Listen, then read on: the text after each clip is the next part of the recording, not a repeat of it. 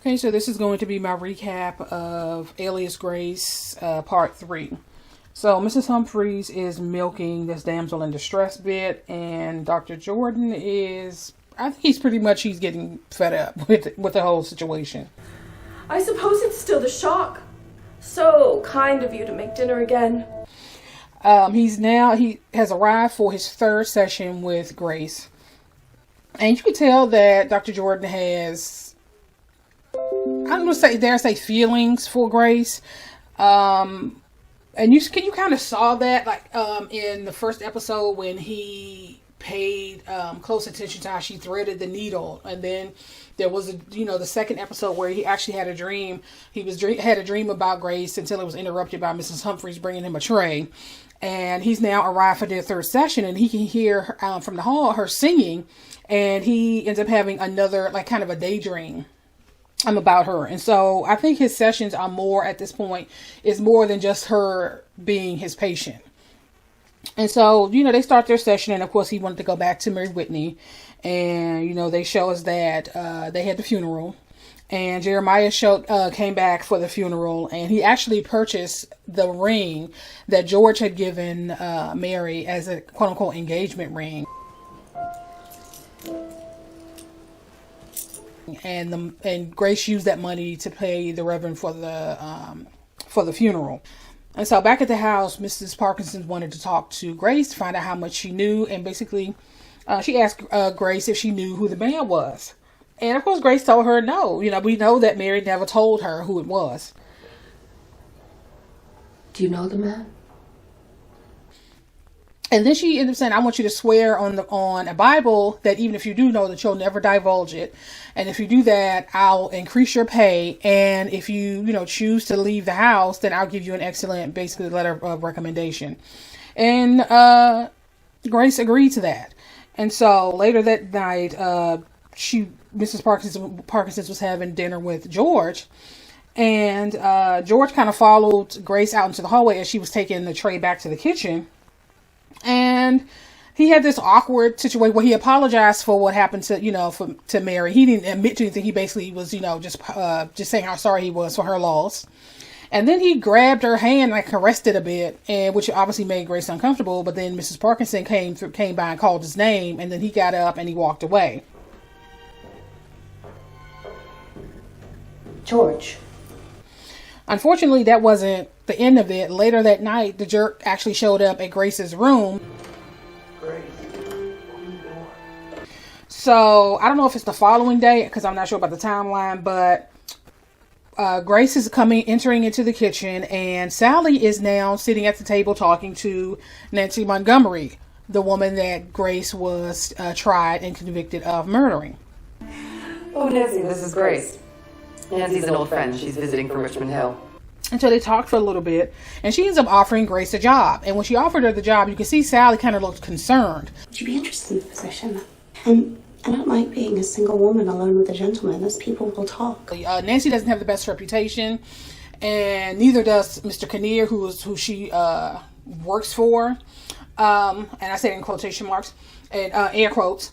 And Grace is kind of naive. She's young and naive. And Sally is like, I don't really think that she knows what she's getting herself into. But they said their goodbyes. And Sally ended up kind of addressing her concerns. And she basically said that, I felt like I've done my duty by, kind of letting you know that, that I don't think it's going to be a good fit for you. And because I know that you don't have a mother. And as far as she's concerned, she's done what she needed to do. And you hear a voiceover of Grace talking to the doctor, saying that if Sally had just spoke plainly, that it may have prevented what was to come. It was like a puzzle I could not guess. And it would have been better for all if she had spoken more plainly.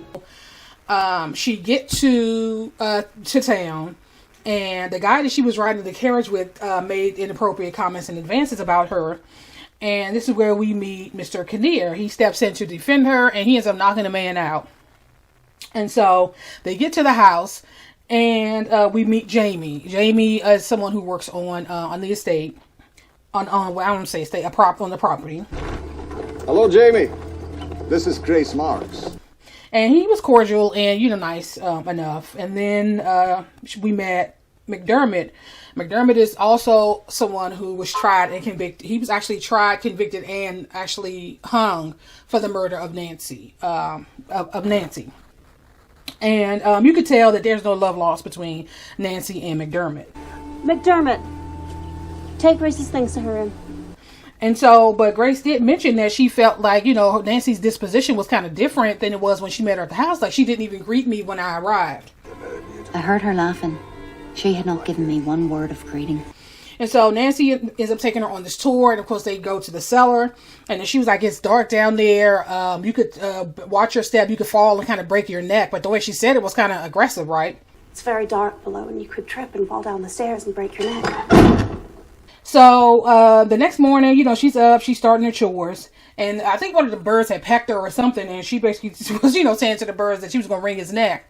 So McDermott, in his attempt to flirt with her, was like, I hope you wasn't talking to me. And then she was like, I most certainly was not. And the kind of a voiceover, she was like, well, I already knew what he wanted. And, basically, like, she wasn't going. Would that be me you're addressing? No, it would not. I could tell what he had in mind, and it was not original. Then Nancy, her whole disposition is the next morning. She has a different disposition. She comes down for tea, asked her if the tea was ready, and then she said that Mr. Kenner wanted, he takes his tea upstairs, and then Grace is about to take the tray upstairs, and then she kind of jumped like, no, I'll do it. Like, why are you going up there? I will take it up. And then she kind of, like, I guess, caught herself, and it was like, basically let Grace take the tray up. And so when Grace came back down, she basically said that what he wanted for breakfast, and that Nancy said that she would take breakfast with him. And of course, Grace looks confused because she's naive. She don't know that Nancy is not just a housekeeper. She's more than that to Mr. Kinnear. And so she ended up making a comment about marriage, and that kind of rubbed Nancy the wrong way. And she basically said that some men don't want to do that, don't want to be involved in that institution. Some gentlemen do not have an inclination for the married state.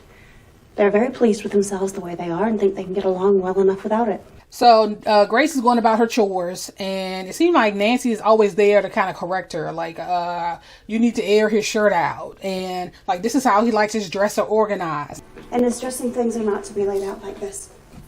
This is how he likes them. And this is where he wants the shirts that he wears all the time.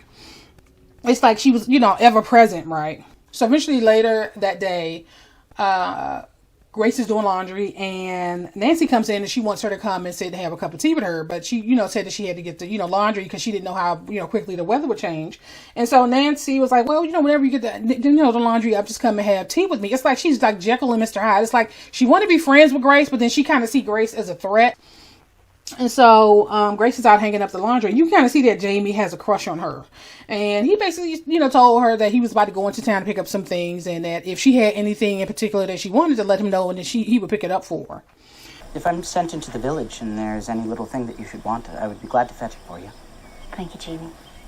And so later that night, you had Kinnear and Nancy. They're in the main dining room having dinner, and Grace is in the kitchen with McDermott. And you find out that McDermott was part of the rebellion. He was one of the people that was going around burning everybody out of house and home.